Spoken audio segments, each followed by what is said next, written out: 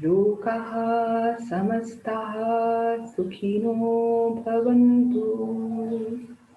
Om Shantihi, Shantihi, Shantihi. May all beings be content and may peace prevail. Namaste and welcome to the second session on Prakriti. In this session, we will discuss the various factors that influence the balance of the doshas. So we understood last time about Prakriti. What is Prakriti? So Prakriti is basically our constitution or our nature. And that is the blueprint that we are born with, which remains constant throughout our life. And that is our basic tendency. Whereas Vikriti is the imbalance that results when we are not living in harmony with that nature. So the Prakriti could be either Vat, Pitta, or Kapha, or more commonly, there could be combinations of Prakriti. So you could be a Vata Pitta Prakriti, or you could be a Kapha Pitta, or a Vata Kapha, and so on. So here we take an example of a person who is Vata Pitta, that is, Vata and Pitta are more or less equal, and Kapha is minimal. So this is the Prakriti or the blueprint that the person is born with. And maintaining balance in this will lead to health. But Vikriti is a state of imbalance that results either because of faulty diet, lifestyle, or emotional disturbance. And so here we see that there is an increase in Vata, and consequently, there is a proportional decrease in Pitta and Kapha. So this state of imbalance will lead to disease. So it's important to listen to our body signals because the body is smarter than us. It's definitely smarter than Google. And short is the joy that guilty pleasure brings. So what are the factors that affect the doshas? So the first dosha, which is Vata, is pacified by oil. So the oil is the specific antidote for Vata. As we know, Vata is basically dry. So it's dry, moving wind. So this dryness is counteracted or pacified by oil. So oil is lubricating, and as we discussed the 10 different pairs of opposites, so it's dry versus greasy, and light versus heavy, hot versus cold, and so on. So because Vata is dry, we need lubrication, and therefore oil is the specific antidote for Vata. This will mean both internal consumption of oil in the form of edible oil, nuts, and so on, and also external application of oil. So oil massage is very important for Vata. In fact, oil massage has been mentioned to be the daily practice. It is prescribed as a daily practice for everyone as part of the daily routine, and more so in individuals who have excessive Vata or dryness. So therefore, the activity that has been prescribed for Vata is massage. And Shodhan is Panchakarma. So the difference between Shaman and Shodhan is that in Shaman, we are pacifying the aggravated element, Vata, Pitta, or Kapha, the aggravated dosha within the body. It is being pacified. Whereas in Shodhan or Panchakarma, the aggravated element is being removed from the body. So the excessive element is being removed from the body. So obviously this is more effective than shaman or pacification. So the best way to remove Vata from the body is through Basti. So Basti is a specific panchakarma which has been prescribed to remove excessive Vata from the body. And Basti is basically Ayurvedic panchakarma that involves enema. It is not the same as a plain enema that just clears the bowels. It's much more than that, and we'll be discussing in detail about Basti in our session on Panchakarma. The next dosha is Pitta, and it is pacified by ghee. So the specific antidote for Pitta is ghee. Now, ghee is a very important substance in that it has this unique property of being cooling and therefore pacifying Pitta. At the same time, it improves the Agni. So if you were to add ghee in the fire, for example, as we burn the lamp, we add ghee and it helps to increase the fire. So ghee is basically a fuel for the fire. So it improves our digestion. That is, it improves the digestive fire. But at the same time, it is cooling. So most agents that increase the fire are heating. But ghee has this unique property that even though it improves the digestive fire, it is cooling. So if we take milk, for example, milk has a cooling property, but it will dampen the Agni or the fire. So ghee has this unique property and therefore it is a specific antidote for Pitta. And the activity that's most important for people who have Pitta is sleep. So it is important that people with excessive Pitta are not sleep deprived because sleep deprivation will lead to an increase of Pitta in the body. And the specific panchakarma that is used to clear out excess Pitta from the body is purgation or virejan, that is inducing diarrhea. So that is the normal route for the body to eliminate excessive Pitta. You would have experienced that if you eat something spicy, you tend to have one or two extra bowel movements, and that's how the body will release or remove the excessive heat from the body. So the same principle is used in virejan, that is, diarrhea is induced to remove excessive Pitta. And then we have Kapha, which is pacified by honey. Again, honey is a unique substance which is sweet and at the same time it pacifies Kapha. So in fact, all sweet substances increase Kapha, but this is the unique property of honey that even though it is sweet, it pacifies Kapha. And so honey is used in conditions where there is excessive Kapha with a lot of phlegm and cough, where we will not use sugar, which actually will increase the cough and phlegm. Similarly, honey is used to reduce weight because excessive weight is a condition of excessive kapha. And whereas we will not prescribe honey, we will not prescribe sugar or jaggery in conditions of excessive weight, but honey can be used to remove excessive weight. Honey is also very good for diabetes. And then there's exercise. So that's the best activity that is prescribed for people who have excessive kapha. So exercise, in fact, is very important for people who have excessive kapha, and that helps to maintain the fire because, as we discussed, kapha is basically water and earth, and so the fire element is low. So exercise keeps the fire going and helps to maintain kapha in balance. And the specific panchakarma that is done to remove excessive kapha is vaman, that is inducing vomiting. And that's also the natural route by which the body naturally eliminates excessive kapha. So when we have a lot of phlegm, there's a tendency to vomit to remove that extra kapha. And that's how the body maintains balance. Now, there are 6 states that have been described in Ayurveda, which are called the Shadaras.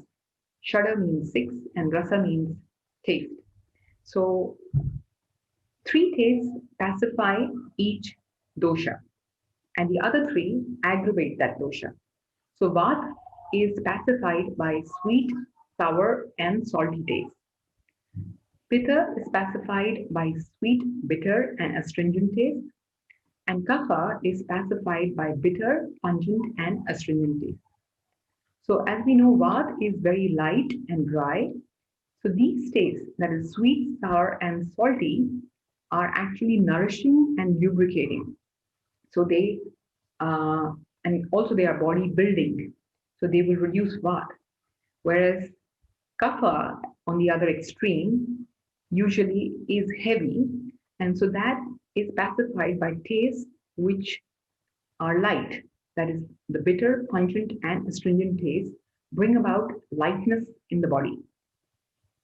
Now, if you are a combination of two prakritis, for example, if you're a combination of Pitta and Kapha, then you would like to use the tastes that are common in both. That is, if you eat something that is sweet, it will pacify your Pitta, but it will throw the Kapha out of balance because Kapha is aggravated by sweet, sour, and salty. Similarly, if you eat something that's pungent, that's spicy, the kapha will be pacified, but that spicy, that pungent taste will aggravate pitta. So, in such a situation where you are a combination of pitta and kapha, you would like to choose tastes that are good for both pitta and kapha. So, you should favor the bitter and astringent taste. Bitter and astringent is common for both kapha and pitta. So that's the importance of understanding the effect of taste in the body. So this will determine not only what you choose to eat as part of your food or diet, but will also determine what herbs we choose to treat the particular disease.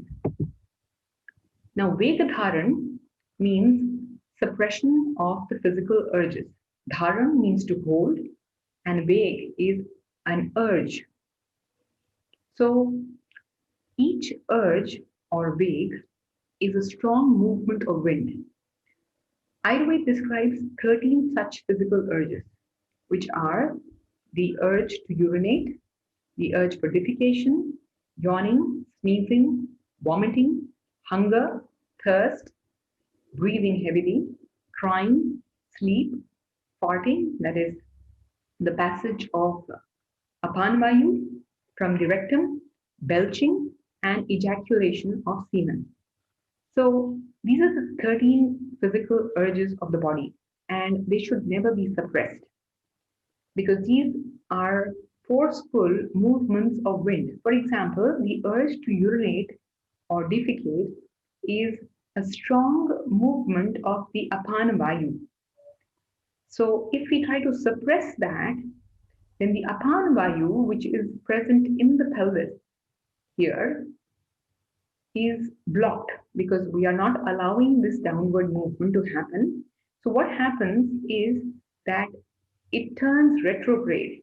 So the direction changes, and this strong movement, which is the force which is downward, the direction gets reversed, and then so this forces the wind to move upward, and that will disturb the samana vayu in the belly, which is the vayu which is responsible for digestion, and that will lead to suppression of the agni or the digestive fire, leading to indigestion and more gas production.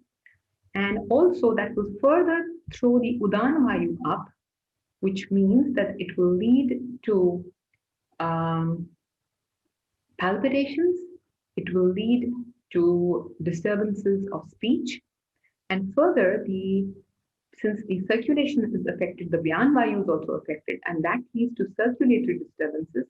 So there will be disturbances in the blood pressure, there will be disturbances in the peripheral circulation, and further, this displaces the Pranavayu, and once the Pranavayu is disturbed, it will affect the functioning of the brain. It will lead to fear, insecurity, insomnia, excessive dreaming, and all those symptoms. So we see how the suppression of one physical urge, like constipation, has thrown all the other four vayus also out of balance. So therefore, suppression of physical urges is to be avoided. Similarly, sneezing, vomiting, yawning, all these are urges which involve the pranavayu and the udanavayu. And when they are suppressed, it could lead to intracranial hemorrhages and disturbances in the circulation in the brain. Similarly, crying.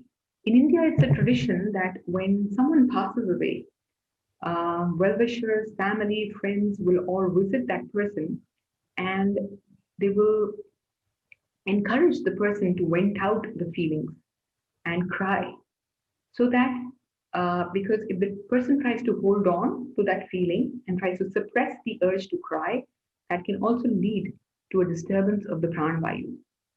So sleep is another physical urge, and when we try to suppress that urge, once in a while, I think we all have to suppress these urges because of our responsibilities, but that should always be just an exception and it should not become the rule. So if you're always suppressing the urge to sleep, so if we are not sleeping, when the body feels sleepy, and if that becomes a habit and we do that on a regular basis, we are creating a vata disturbance in the body. Similarly, when there is the urge to go to the bathroom, either to urinate or defecate, we must attend to that urge promptly, because if we make that a habit, then it throws the vata out of balance and will not only affect our digestion, but our circulation, the state of health of the brain, and the whole body. Now, even the time of the day affects the state or the level of Vata, Pitta, and Kapha, or the dosha. So Ayurveda says that the beginning of the day, the beginning of the night, and the beginning of life is dominated by Kapha. So even though we all have our constitutions or Prakriti, which remains constant throughout life, there is a diurnal variation. There's a variation during the day of these elements. So here is the clock. So we have a biological clock. So this is how the body functions. So here we assume that sunrise is at 6 a.m. and sunset is at 6 p.m. So we see that the first part of the day, 6 a.m. to 10 a.m. approximately, is predominated by kapha. And so is the first part of the night, that is 6 p.m. to 10 p.m. Then the middle part and also the first part of life, which means childhood, is predominated by kapha. There's an increase in kapha in the body at that time. So a child who has a kapha prakriti already has more kapha because that's his constitution. And during his childhood, he will experience that even more so because childhood is a time of excess kapha. So more likely that the child will experience respiratory illnesses and imbalances at that in that phase of life. Then the middle of the day, that is the afternoon, where the sun is the brightest, that's 10 a.m. to 2 p.m., say, and also the same time at night, 10 p.m. to 2 a.m. So that's the middle of the day, the middle of the night, and the middle of life, that's youth, is predominated by Pitta, because Pitta is regulated by heat or the fire element, and that is controlled by the sun. And finally, Vata is predominates during the last part of the day, that's evening time, 2 p.m. to 6 p.m., and early morning, which is actually the last part of the night, 2 a.m. to 6 a.m., and also the last part of life, that is old age, is predominated by Vata. So it's important to understand this variation during the day. So most respiratory illnesses with a lot of phlegm and expectoration will present early in the morning, whereas a dry cough presents more in the evening, which is the Vata time, 2 p.m. to 6 p.m. So depending on what time our symptoms show up or what time they actually aggravate can give us a clue or indication as to what is the aggravated element. So if you have abdominal pain or headache or cough that comes up more in the evening in the Vata time, the cause is an aggravation of Vata.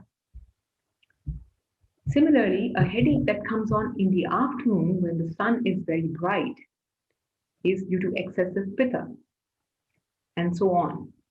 So if we understand the biological clock, we not only understand what element is out of balance and how to correct it. So on the same lines, one must not eat something that is Vata aggravating in the evening? Because evening is already the Vata time. So if you eat something that is gassy, so that produces a lot of gas, say beans or potatoes in the evening, definitely there will be an increase in Vata. So it's preferable to eat those things earlier during the day. Similarly, as we understand that this is the Pitta time when the sun is the brightest, so the foods that are heavy to digest should be had during this time rather than having them late in the evening. So we can understand how the various factors change during the day, and thereby we can make wise choices and try to create balance in the body. The liver also is most active between 2 a.m. and 4 a.m., which is the liver time. So the liver performs two main functions in the body. The first is that it is important for digestion through the secretion of bile, and the second is that it performs the detoxification in the body. So the urea cycle and all other uh, detoxification activities happen in the liver. So if you eat an early dinner around sunset, say 6 or 7 p.m., then the food is digested in, say, about 6 hours. So the food is digested by midnight or 1 a.m. And then the liver is free to do the detoxification. But if you have a late dinner, then say if you have a late dinner at 10 p.m., then it takes about 6 to 8 hours for the meat to digest, and even could be even longer if you've had a very heavy meal, because the agni or the digestive fire is very low at night. So the liver will be busy with digesting the food, and it will not be able to do an effective detox. The doshas are present throughout the body, but there is a concentration of these doshas in various parts of the body. So the upper part of the body, that is the head and neck region, and the chest is dominated by the Kapha dosha. As we already discussed, so the vomiting is the closest route by which the body will eliminate excessive Kapha dosha. So whether it is spontaneous vomiting that happens when we have a lot of kapha in the body, or when we are undergoing panchakarma. So Vaman is the chosen panchakarma for excessive kapha. And similarly, the asanas that we perform will affect the various doshas. So everything that activates the upper part of the body, for example, a shoulder stand, that is the Sarvang Asana, the Matsyasana, which involves extension and flexion of the neck, this will affect the Kapha dosha the most.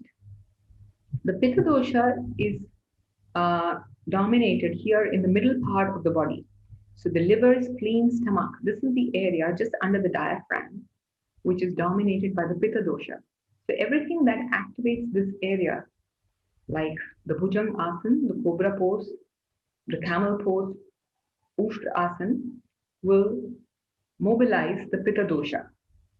And the pelvis is dominated by the Vata dosha. So therefore, everything that compresses the pelvis, all the forward bends, like Pavan Mukta Asana, Paschimottanasana Asana, will help to release excessive Vata from the system. And because the colon is the main site of Vata, so Basti or the enema root is used to pacify excessive Pitta. Now, sleeping during the day dampens the Agni. So we've all experienced after a heavy meal, if we sleep during the day, we don't wake up refreshed. When we wake up, the nose is blocked, the head feels foggy, the body is aching, and we feel quite dull. So sleeping during the day dampens the Agni or fire and is not good and should definitely be avoided. And staying up late at night will increase Vata.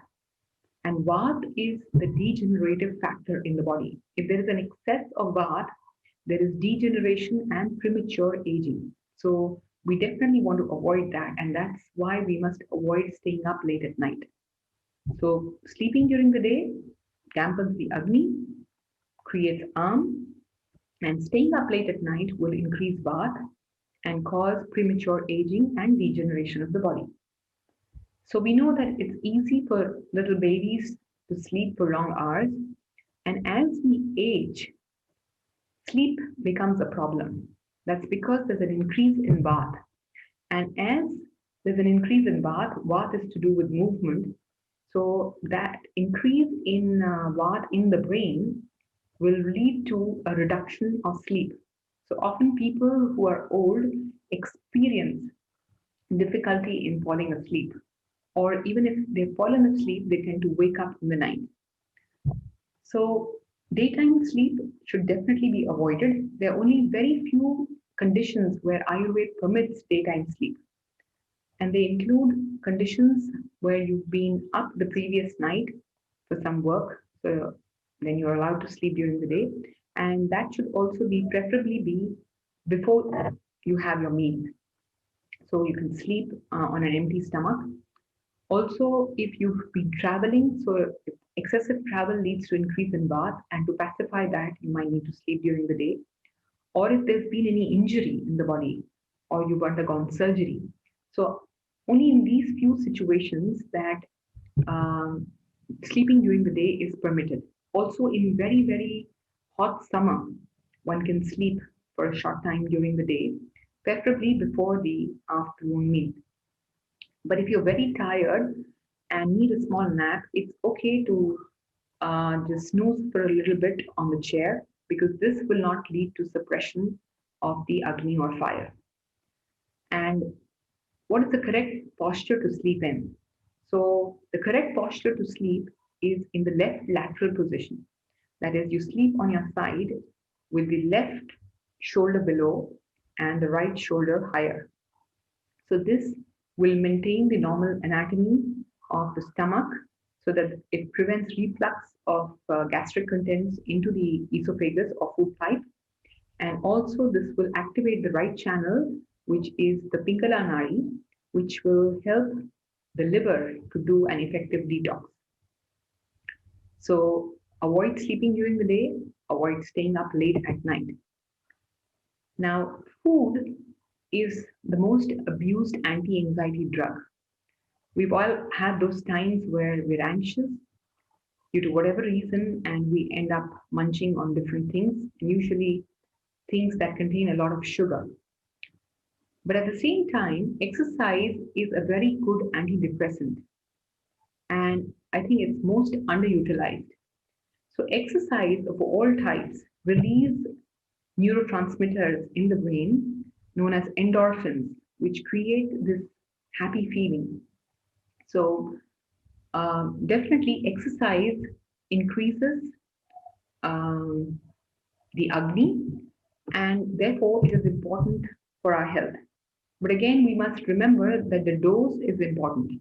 So here on the x-axis, we have the amount of stressor, here exercise, and on the y-axis, we have the benefit. So as we increase the amount of exercise, there is an increase in benefit till it reaches a maximum point. And beyond this, if you go on exercising, there is a reduction in the benefit. And if you go on even beyond that, the exercise can actually become harmful. So, what is this point, which is optimal exercise? This point is half strength. So, Ayurveda says that we must exercise half strength. Now, what is half strength? Half strength is the point at which you begin to sweat at the armpits and the forehead and become breathless. So, as we exercise, we come to a point where we start sweating and we get out of breath. So, that is our half strength. Now, if the ambient temperature is high, we might be just sweating even sitting. So, breathlessness or getting out of breath is also included in this. So, sweating along with getting breathless is the point of half strength, and we must not exercise beyond that. If we are not accustomed to exercise, then we might just exercise, say, for 5 minutes or 10 minutes and get out of breath and start panting and sweating. So we must stop at that and make this a regular practice. And slowly we will see that our exercise tolerance improves. And then we are able to do 20 minutes without getting out of breath. And then we can do 30 minutes and so on. So we gradually build up our exercise tolerance. And this verse here from the Charak Samhita also says that half strength is for those people who are strong. So if you already have a Vata or a Pitta imbalance and there is weakness in the body, the exercise should be even less than this. And gradually one must build up one's exercise tolerance before you increase the amount of exercise. And this is the recommendation is that we should exercise more in winter and spring because these two are the seasons where there is naturally an increase in kapha in the body. So to counteract this natural increase in kapha, we must exercise more in these seasons. And then it says here, snigdha bhoji bihi. Snigdha means lubricating and bhojan is food. So while exercising, that is when you are on a regular exercise regime, you must eat a lubricating diet. Often we see in these days that people go to the gym and they are prescribed protein supplements. And most of these protein supplements increase vata in the body. So exercise is already increasing vata. And if you don't counteract that with a lubricating diet, so a lubricating diet would include fats in the form of ghee, oil, nuts, or lubricating food like dates. So if you don't include lubricating foods, then the exercise can actually cause a vata aggravation in the body and lead to premature aging and degeneration. So in the first part of the graph here, when you experience a benefit as you increase the amount of exercise, it's basically you're increasing the Agni by increasing the amount of exercise. So by increasing the Agni, you are digesting the arm and therefore the benefit is increasing. But beyond this point where you've already reached your maximum Agni and the arm has been digested, if you exercise beyond that, that is here, the downward phase, you're increasing vata in the body, and that is harmful. So we must have a lubricating diet when we exercise, and often people who exercise excessively beyond their half strength and also don't supplement their diet with any lubricating foods and have a lot of protein supplement, they tend to have degeneration and experience early osteoarthritis. Now, sudden temperature changes also aggravate Vata. So, some examples of sudden temperature changes that we may experience are like coming from the cold air conditioned room suddenly to hot surroundings or vice versa, having cold ice cream with hot coffee or soon after hot coffee, a cold shower soon after exercise. So actually we must let the body cool down after a workout and we should actually rub in the sweat that comes out because in order to prevent loss of that ojas. And we must not have a shower immediately after exercise. We must wait for the body to cool down and for that ojas to be absorbed back into the body before we have a shower. Similarly, drinking cold water soon after coming from the hot sun or after a workout, all these things lead to sudden temperature changes in the body and they aggravate Vata. So these should be avoided. Then the other factors that increase Vata could be dietary, and a whole list of foods has been provided to you where you can see what foods increase what element. So these are just some common examples of foods that increase Vata. So corn, chickpeas, sprouts, potatoes, ice creams, fermented food, all these foods increase Vata. Now, interestingly, in the West, there is a lot of consumption of sprouts. And Ayurveda clearly states that consumption of sprouts causes an increase of Vata and Pitta in the body and should definitely be avoided by people who have poor digestion. So, these days, most people have suboptimal digestion, and therefore, the consumption of sprouts should be avoided. And the enzymatic activity which is present in the sprouts, and also there's an increase in the vitamin level in the sprouts. So that if it is to be utilized, it should be utilized only as a catalyst. So you can have sprouts in very limited amount, maybe just a couple or 3 teaspoons, and not a whole bowl full of sprouts. Definitely, if you have excessive vata in the body, sprouts should be avoided. And anything that's cold at cold temperature, so ice cream, cold water, fermented foods, excessive consumption of the bitter, pungent, and astringent taste of food that is very dry. So if you always are lacking in lubrication, there is no ghee in the food, there is very minimal oil in the food. So all these are factors that will lead to vata aggravation. So there are factors that increase vata in the diet, and also intake of stimulants, excessive intake of stimulants like tea, coffee, anything that contains caffeine or alcohol will increase vata. We already discussed that anything at cold temperature, so external cold and consumption of cold food and even water. Excessive dieting can cause, or fasting can cause vata aggravation. So if you don't eat when the body is hungry, you're actually increasing vata in the body. So excessive dieting and fasting, especially on raw food. Many people will try to lose weight by being on a salad diet.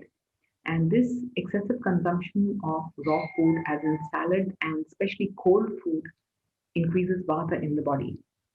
Also, enemas. Now, interestingly, the specific panchakarma for vata is basti, which is enema. And here it is stated that enemas can increase vata. So I'd like to clarify this. Now, when we talk of basti, it is a very special procedure where we use herbal decoctions of herbs that reduce vata. We use oil enemas, so oil is lubricating and that reduces vata. But when we talk of plain water enemas, as we do in naturopathy, or if you're just doing a plain water enema at home, that is actually drying out your system. So just like when we wash our hands repeatedly, now with the corona pandemic, we've been asked to, maintain a certain degree of hygiene. So we wash our hands repeatedly. So even if you wash your hands repeatedly with water, you're going to create dryness. So the hands get dry. In the same way, when you wash the colon or when you do colon irrigations repeatedly with just plain water, you're actually drying out because, as we discussed, there is a lining. There's kapha that lines the intestinal mucosa, and if you wash that out repeatedly, that causes a dryness in the system. And there have been reports of people ending up with paralysis or degenerative neurological conditions because they practice a very frequent water enemas. So water enemas should be avoided. Then vata is also aggravated by excessive mental stimulation, too much use of the digital media, television, phone, etc. Excessive exercise. We've already spoken about that. Irregular schedule is another important factor. So people who have excessive vata must always maintain regularity of schedule because unpredictability will increase vata. Excessive cold or dry environment, alcohol. Now here, this lady has henna applied on her head. Now henna is a very cooling herb and it is used to color the hair here in India. So because it has a cooling effect on the body, it should not be used at night time or in the cold weather. And we've seen patients who've applied henna late at night and gone to bed with this, and have woken up in the morning with either vertigo, which is dizziness, or also sometimes facial nerve paralysis, because the cord gets trapped here in the facial nerve in the ear, and that can actually lead to an increase of Vata in the nervous system and lead to paralysis. So that's why I put this here. And then excessive travel. So too much movement. Vata is to do with movement. And if there is excessive travel, that can also lead to an aggravation of Vata. And the single most important cause of disturbed Vata is mental stress. You may have the perfect diet, the perfect lifestyle, but if you have too much mental stress, so which could include excessive mental activity, overwork, too much mental stimulation, or emotional factors like grief, fear, or anger, they all will increase Vata. So that's, I think, the most important factor that contributes to aggravated Vata. And excessive physical activity during menstruation also increases Vata. So we will be doing an entire session on female health, and we'll be talking in detail about this. So Vata is pacified by, again, we look at factors that are dietary and those that pertain to lifestyle and in the mind. So some of the examples of foods that pacify Vata are flax seeds, fenugreek, drumsticks. This is moringa leaves. Staying warm is important. This is the Apana Vayu Mudra. That is, you join the middle finger and the ring finger and extend the forefinger, index finger, and the little finger. This is the Apana Vayu Mudra, and there are many other mudras. So this is just an example of one of the mudras that reduces Vata. And then lubrication is important. And we'll be talking in more detail in the session on Dinacharya, or the daily routine. So lubrication of the nasal passages, as we talked about the Tarpak Kapha, which is present in the brain, and the Pranavayu. So excessive Pranavayu, excessive Vata in the brain will dry out the Tarpak Kapha and lead to an imbalance of the neurotransmitters in the brain, which will manifest as endogenous depression, anxiety, and so on. So lubrication is important, and so putting oil or ghee, which is nasya, then oil massage also pacifies Vata, and then there is definitely meditation, contemplation. So all this will reduce Vata. The more still you get in the body and the mind, the less Vata you have. And then lubrication in the ear. This is called Karnapuran. We'll talk about this also in the next session. Pitta is aggravated by everything that increases fire. So if you eat spicy food, there is increase in Vata. Alcohol is heating. Working out in the sun. So if you're exposed to high environmental temperature, you're working near the furnace, or you have to work out in the sunlight, all this increases Pitta. And Surya Namaskars, too many Surya Namaskars can aggravate Pitta in the body. So if you already have aggravated Pitta, you must limit the number of Surya Namaskars you do, and also do it at a slow pace.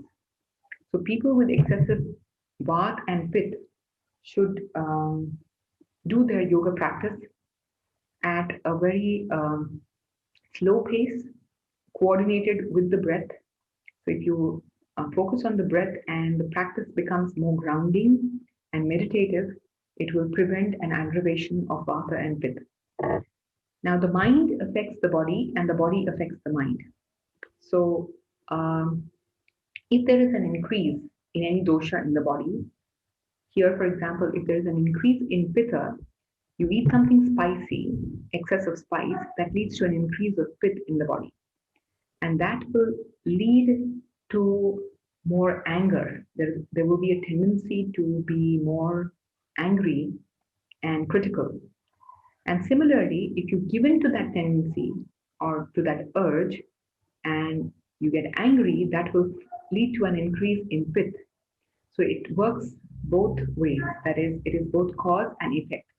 So an increase in Pitta in the body will lead to more anger and irritation. And if we tend to get more angry and irritated, then we will also have a resultant increase in Pitta.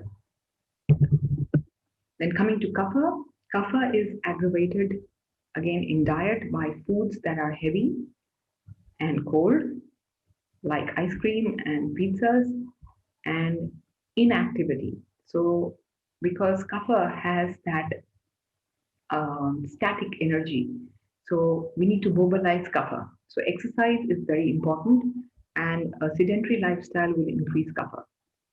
Sleeping during the day also puts out the Agni and increases Kapha. So, to sum up, the functions of Vata are those related to movements. So, external movements like the movement of our limbs, speech, our thoughts, and then there is involuntary movement, respiration, heart function, circulation, ingestion of food, peristalsis, elimination of waste products, and so on. The main sites of Vata are the colon, the pelvic cavity, the thighs, the bones are a very important site of Vata. So if there is excessive Vata accumulation in the body, it will lead to weakness of the bones and will lead to premature aging, which will manifest as osteoporosis and osteoarthritis. So if you have these conditions, it's very important to normalize the Vata in the system. You don't want to increase Vata in the body if you have these conditions. Then Pitta governs the digestion and assimilation of food, maintains body temperature, and is also responsible for our thinking and understanding, comprehension, gives us courage and ambition. The main sites are the sites of digestion, that is the small intestine and stomach, along with the blood, liver, and spleen, which forms the Ranjak pit. And then as Kapha is basically forms the lubricating. It has a lubricating function and forms the building blocks of the body. So it's important for the nourishment of the body and to provide groundedness to the body. So it gives us stamina and the immunity. And the important sites of Kapha are the lungs, the pancreas, the white matter of the brain. So when Vata is balanced, we have a clear and alert mind. We are expressive, imaginative, adaptive. But when out of balance, Vata leads to a lot of anxiety, insecurity, fears, sleep disturbances, tremors, and so on. And the aggravating factors are overwork, suppression of urges, emotional suppression or overexpression, excessive fasting, and excess consumption of the pungent, astringent, and bitter taste. Pitta is the fire element, makes us courageous, confident, gives us focus, but when in excess can lead to short temper, irritability, impatience, and obsession with perfection and sarcasm. The aggravating factors are anger, strong sunshine, hot Indian temperature, excessive fasting, and excessive consumption of spicy, sour, and salty taste. Kapha, when in balance, makes one very calm and affectionate, forgiving, and gives us the ability to handle and be steady in times of crisis. But when in excess, can make us lethargy and give us dullness. And the aggravating factors are daytime sleeping, heavy foods, lack of exercise, and the spring season is a season where there is a natural increase in kapha in the body. So to balance these doshas, for Vata, we must always allow time for plenty of rest and maintain regularity in our schedule, both in the meal time and the sleep time and our work schedule. We must stay warm, and the yoga practice should include such asana and pranayam, which is more grounding and not over activating, and So overstimulation in the form of loud music will also aggravate Vata. Pitta requires, again, periods of rest to alternate with moderate levels of activity and cooler temperatures, and also foods that are cooling. So coconut oil is an example of an oil that is cooling, so that can be used for massage, and also avoid too much strenuous activity and aerobic exercise. Kapha requires regular exercise. In fact, this is the most important thing that people with kapha require. And when there is too much kapha in the body, then instead of an oil massage, we prefer doing a dry body massage. Dry massage either with a towel or with herbal powders, herbs that reduce kapha. And warmth is important, and also spices that reduce kapha will help in creating a state of balance. So, if we understand what are the aggravating factors of the doshas, we can change our diet, our lifestyle, and try to create a balance in our bodies. And definitely, the state of the mind affects the doshas a lot. So, trying to create a state where there is no emotional disturbance will help us in maintaining a balance. So I hope that all this information provides some insight in your own daily life, and you're able to create more balance and create more health. Thank you and wish you all the best.